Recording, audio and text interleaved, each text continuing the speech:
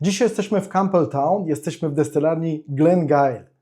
Ze mną ten oto Kilkerran, jest to 8-letni Kilkerran w CS-ie, jest to najnowsza wersja, jest to wypust na rok 2026. Sprawdźmy razem, jak smakuje. Zapraszam.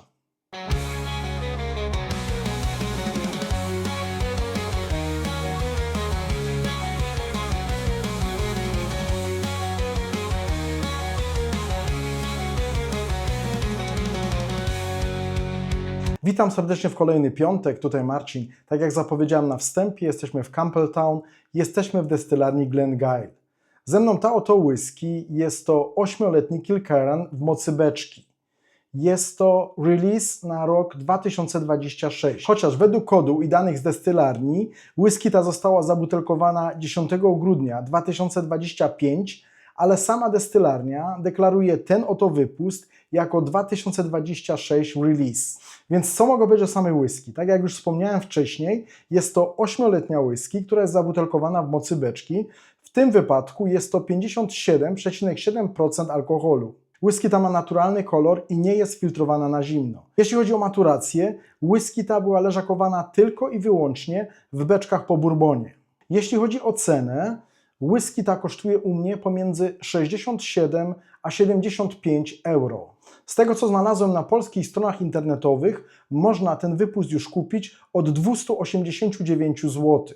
Dla zainteresowanych, kod, który jest umieszczony na tej butelce, kod tego wypustu, jest to 25/240. Dobrze, przejdźmy już do samej whisky. Pozwoliłem sobie wcześniej nalać tej whisky do kieliszka.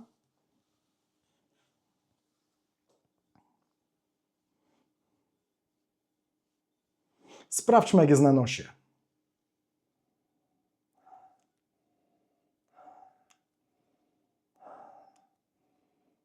Jest pięknie, jest pięknie. Nie wiem, czy o tym wspomniałem, ale ta whisky jest leciutko torfowa.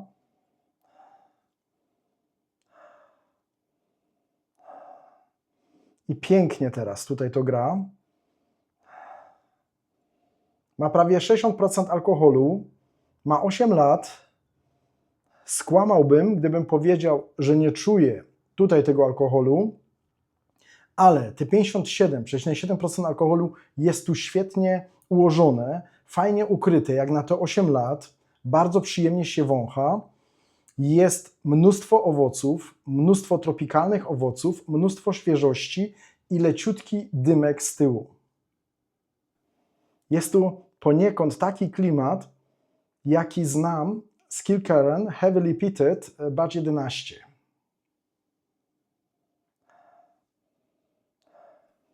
Bardzo przyjemnie teraz, tak zbożowo-słodowo.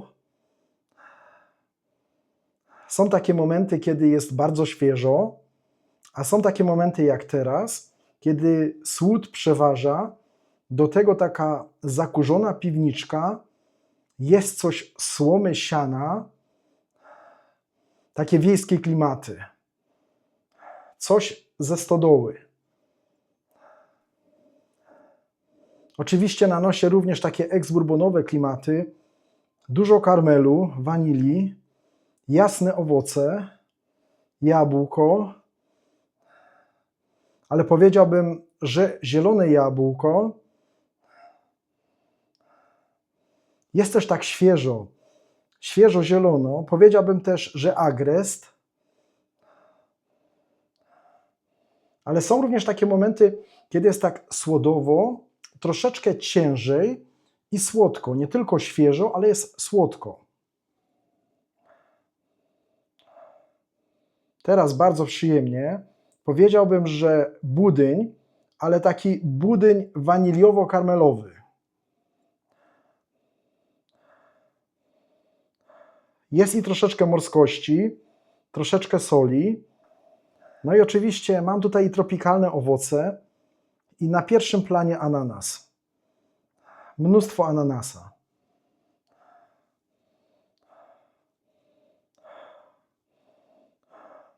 No dobrze, sprawdźmy, jak jest na języku.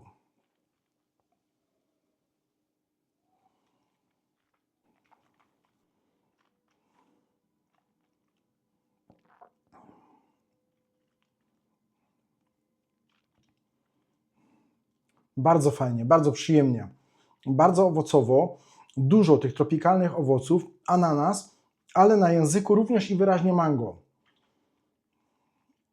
Jest sporo słodu, jest taka fajna równowaga pomiędzy tymi tropikalnymi owocami a słodowością tego destylatu. Bardzo przyjemnie teraz. Jest wytrawnie, morsko, lekko słono. Bardzo przyjemny, fajny dąb. Mam troszeczkę ostrości. Z przodu leciutko pieprz i troszeczkę imbiru. Jest to bardzo przyjemne i fajnie równoważy to tą owocowość.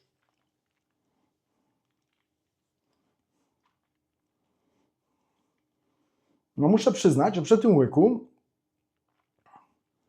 bardziej słodko i owocowo było na nosie niż w tej chwili na języku. Na języku jest bardziej kompleksowo. Mam nie tylko te tropikalne owoce, jasne owoce, zielone jabłko, morskość i coś słodu, ale na języku mam znacznie więcej. Bardzo fajny, przyjemny dąb. Mam posmak, jakbym zjadł melona. Jest fajnie oleiście, jest kremowo.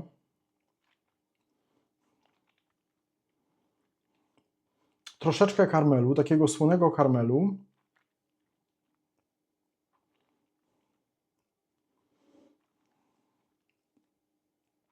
Finish jest długi albo średnio długi, ale bardziej wytrawny, dębowy, ale bardzo przyjemny.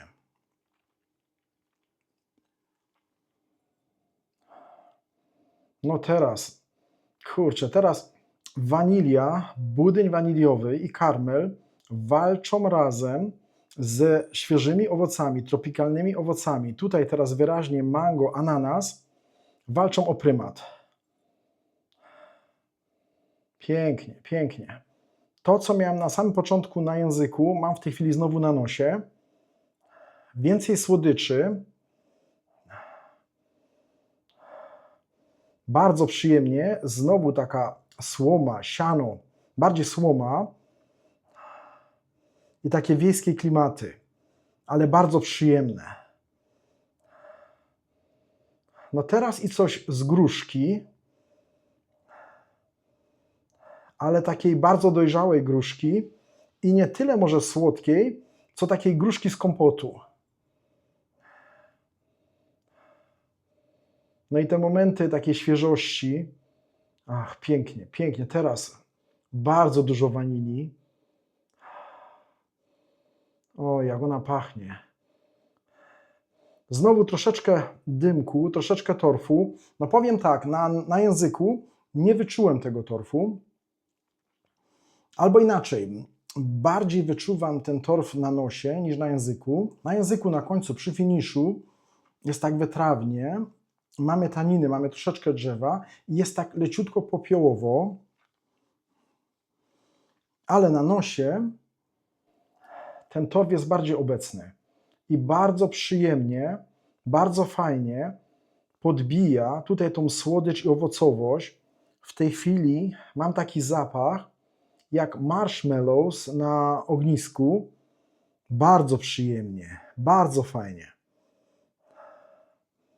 Teraz znowu ta słoma i morskość. Bardzo fajna kombinacja. Podoba mi się to. Bardzo dobra, bardzo ciekawa, interesująca whisky. No dobrze, czas na drugiego łyka.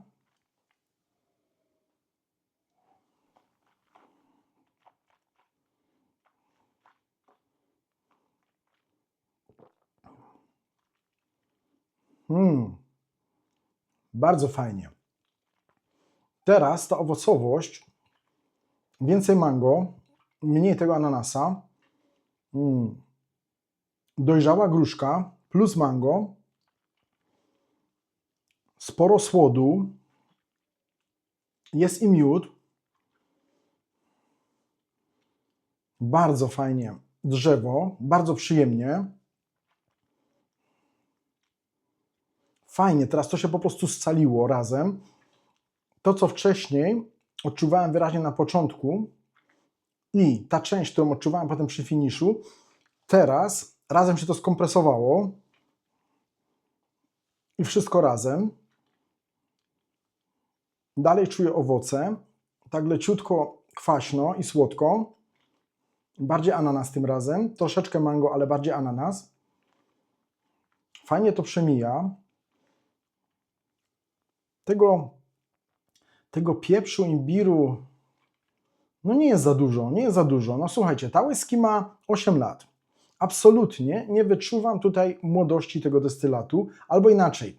Oczywiście, no czuję, że nie jest to whisky, która ma 12 czy 15 lat, nie ma o czym mówić, ale młodość tego destylatu absolutnie mi nie przeszkadza, a te prawie 60%, 57,7% alkoholu świetnie się pije. I tej ostrości, tych przypraw z przodu, jak na te 60%, prawie 60%, to po prostu jest minimalnie. Świetnie się pije, świetnie smakuje, świetnie pachnie. Po prostu bardzo dobry Kilkerran. No słuchajcie, co tu dużo mówić.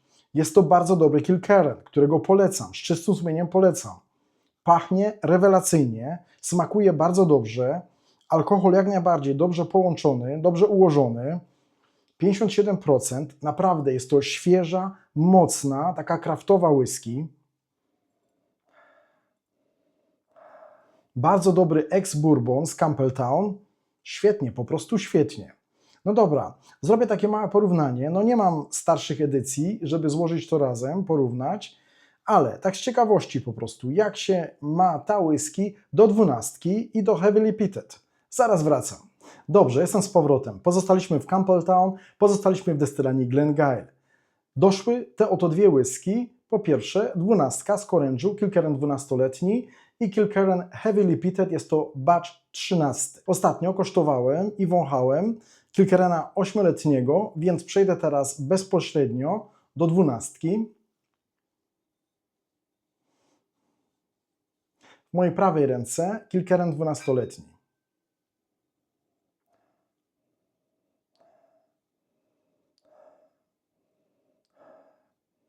Może trochę informacji. Kilkerran 12-letni po pierwsze ma 46% alkoholu, również bez filtracji i naturalny kolor. Tutaj jeśli chodzi o wetting, o leżakowanie, to 70% jest to ex-bourbon, a 30% jest to ex-sherry oloroso.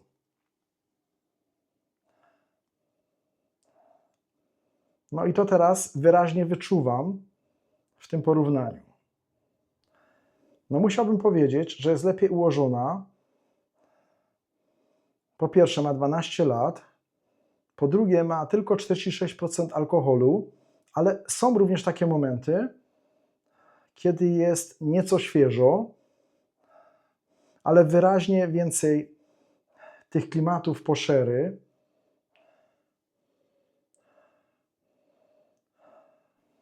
No wyczuwam również tutaj coś i czerwonych owoców, ale i orzechy.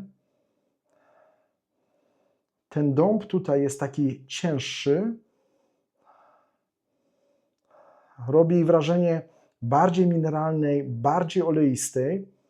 Sam destylat tutaj jest bardziej prezent. No oczywiście również mam tutaj i morskość, i troszeczkę soli, ale nie mam tyle świeżości i nie mam tu tylu jasnych owoców czy tropikalnych owoców, jak miałem w 8. Dobrze, wrócę teraz do 8. O ja cię gole. Pięknie, pięknie. Bardzo kremowo, śmietankowo, deserowo. Ale bardzo wyraźnie takie świeże, zielone owoce, zielone jabłko, agrest i świeżość tych owoców. Do tego słodycz wanilii, taki budyń waniliowo-karmelowy i do tego te tropikalne owoce, ananas, dużo ananasa i mango. Pięknie. To tutaj znowu bardzo wyraźnie teraz ta słoma i taka stodoła, ale z przewagą słomy, taka czysta stodoła, jakby ktoś teraz właśnie wymienił siano.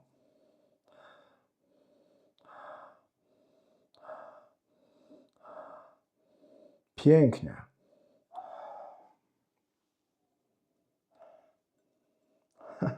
No to tutaj właśnie ta różnica. To 30% wettingu tego Sherry Oloroso jest bardzo uwypuklone w tym momencie. Ona robi wrażenie takiej cięższej, ale jednocześnie i delikatniejszej. Dobrze. W sumie powinienem jeszcze raz powąchać tą whisky. Pięknie. Teraz pierwszy raz, kiedy wyczułem, pierwszy raz dzisiaj, kiedy wyczułem również i takiego dojrzałego banana. Bardzo przyjemnie, bardzo mi to odpowiada. Przejdę teraz zupełnie na prawo. W mojej prawej ręce kieliszek z Kilkerranem Heavily Peated Batch 13.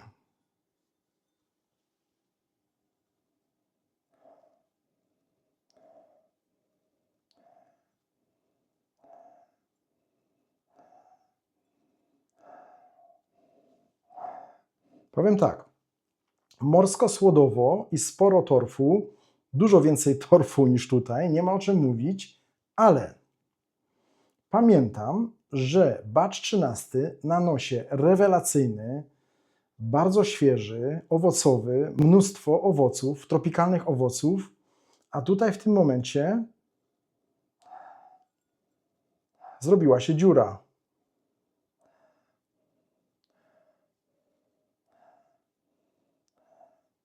To raczej czuję sam destylat, czuję torf, czuję dąb, czuję morskość. No ale halo, gdzie są te owoce?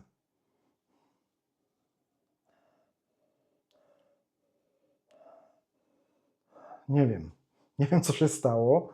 Przecież to był tak owocowy batch, na nosie przynajmniej. W mojej lewej ręce 12, tak z ciekawości już teraz.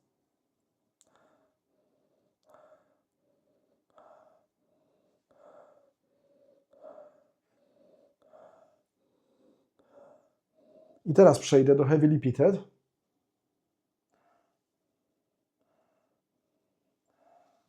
No jest nieco lżej. Troszeczkę tych jasnych owoców czuję. No ale muszę powiedzieć, ledwo. I nie, że mój nos dzisiaj szwankuje. Po prostu w porównaniu z tą 8 owocowość Heavily Peated jest niższa, jest mniej odczuwalna.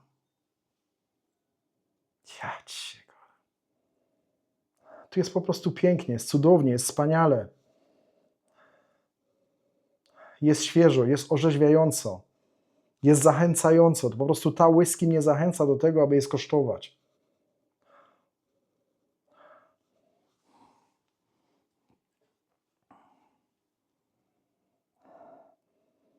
No to Heavily Peated po prostu jest wytrawny.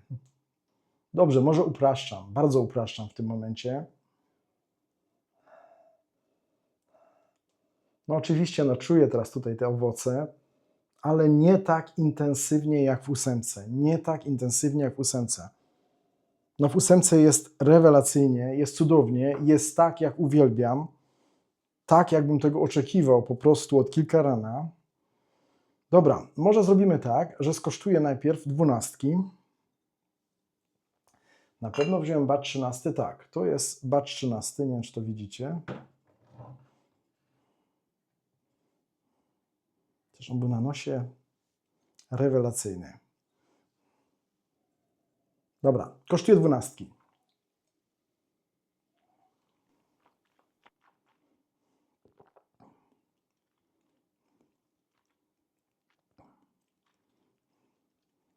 Bardzo fajnie, bardzo przyjemnie. Takie skórzano-tytoniowe klimaty mam na języku. Czerwone owoce, lekko słodkie, lekko kwaśne. Fajny destylat. Campbelltown Funk. Sporo słodu. ale tak lekko słodko i kwaśno na finiszu. Bardzo fajnie dąb, bardzo fajnie dąb.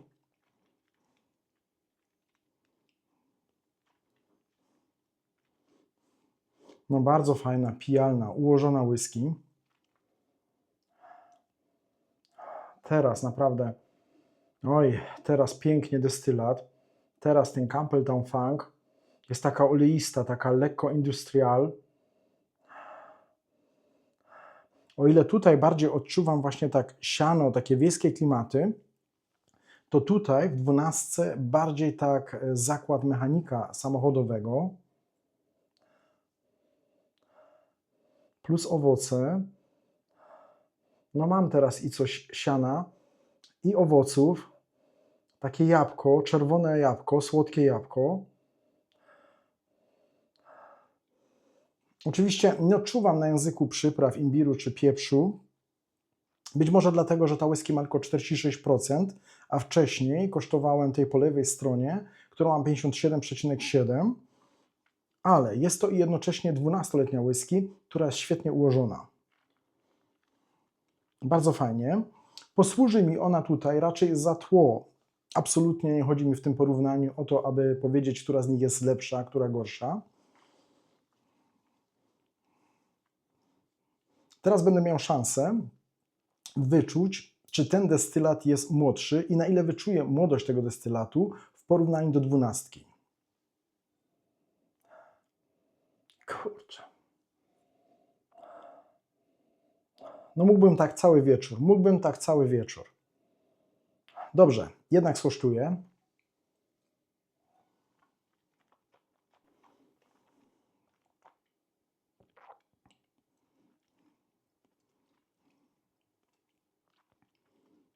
Pięknie, pięknie, pięknie. No powiem tak, czuję, że jest intensywniejsza, że ma więcej smaku, że więcej mi oferuje na języku. Nie mam tu takiego wpływu beczek po sherry jak w kilkaranie 12-letnim, bo to jest ex-bourbon, 100% ex-bourbon, ale jest po prostu rewelacyjnie, jest po prostu świetnie. Wszystko tutaj gra, świetnie się rozchodzi, całkowicie po podniebieniu, po policzkach, na języku. Wypełniła całkowicie moją jamę ustną i cały czas coś się dzieje.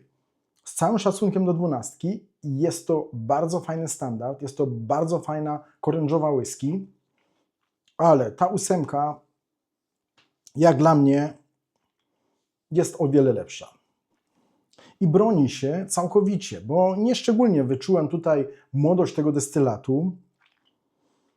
Oczywiście, może nie jest aż tak super ułożona jak ta 12, ale pytanie, gdybym miał tą 12 w CS-ie, jaka różnica byłaby wtedy? Tutaj mamy prawie 60% alkoholu i mamy 4 lata mniej, a poza tym, że jest intensywniej smakowo, jak najbardziej ta 8 się broni, po prostu się broni. Jest świetna. Dobra, przejdę zupełnie na prawo do Heavily Peated, który jest taki troszeczkę zawstydzony tutaj w rogu. Nie wiem, co się stało. No wreszcie coś się dzieje.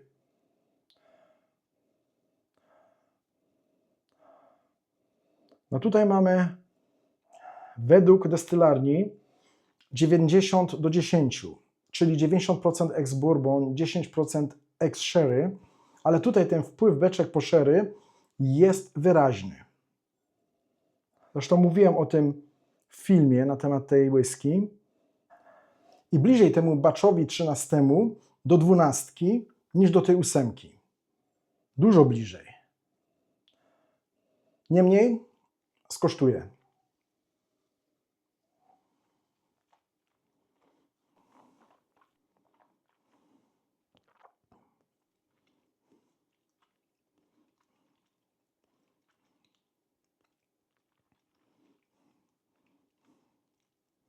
Tak, po pierwsze, tutaj wyraźnie czuję, że destylat jest młodszy.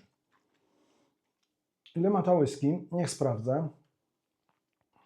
58,6, tutaj mamy 57,7.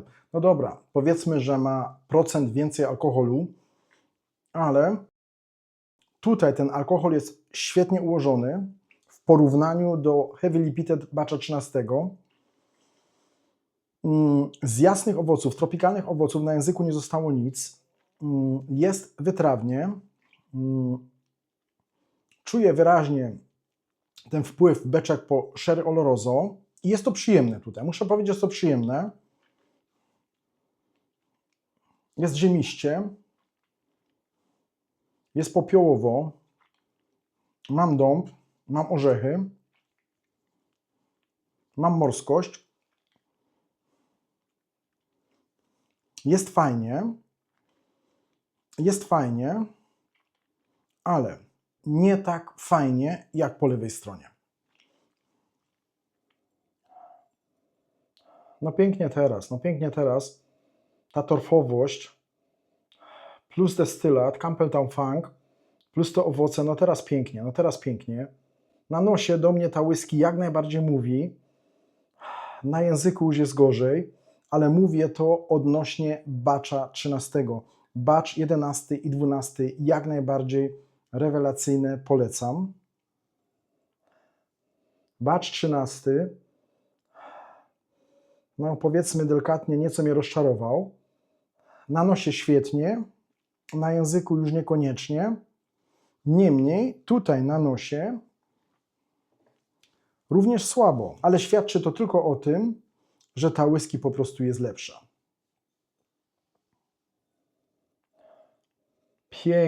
Pięknie, jeszcze raz pięknie. I o ile są czasami takie momenty, kiedy wyczuwam tutaj więcej świeżości, no to powiem tak, to prędzej na nosie powiedziałbym, że ta whisky ma tylko 8 lat. Później, kiedy się pije, na języku mógłbym spokojnie dać jej więcej. Naprawdę na języku jest lepiej ułożona. Nie chcę powiedzieć, że na nosie nie jest fajnie ułożona. Jest, ale są takie momenty, kiedy poczujemy troszeczkę więcej tej świeżości. Że tak powiem, zdradza się również tym, że ma tylko 8 lat. O tyle znowu na języku absolutnie nie.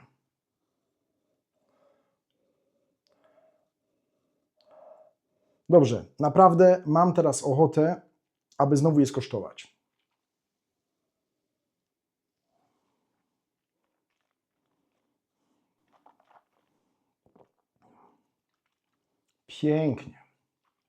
Pięknie.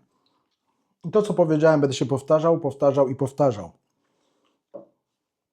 8 lat, prawie 60%, świetnie się pije. No nie chcę powiedzieć, że piję wodę czy kompocik, absolutnie nie o tym mówię, ale po prostu tutaj procenty dają intensywność, tutaj procenty dają smak i zapach.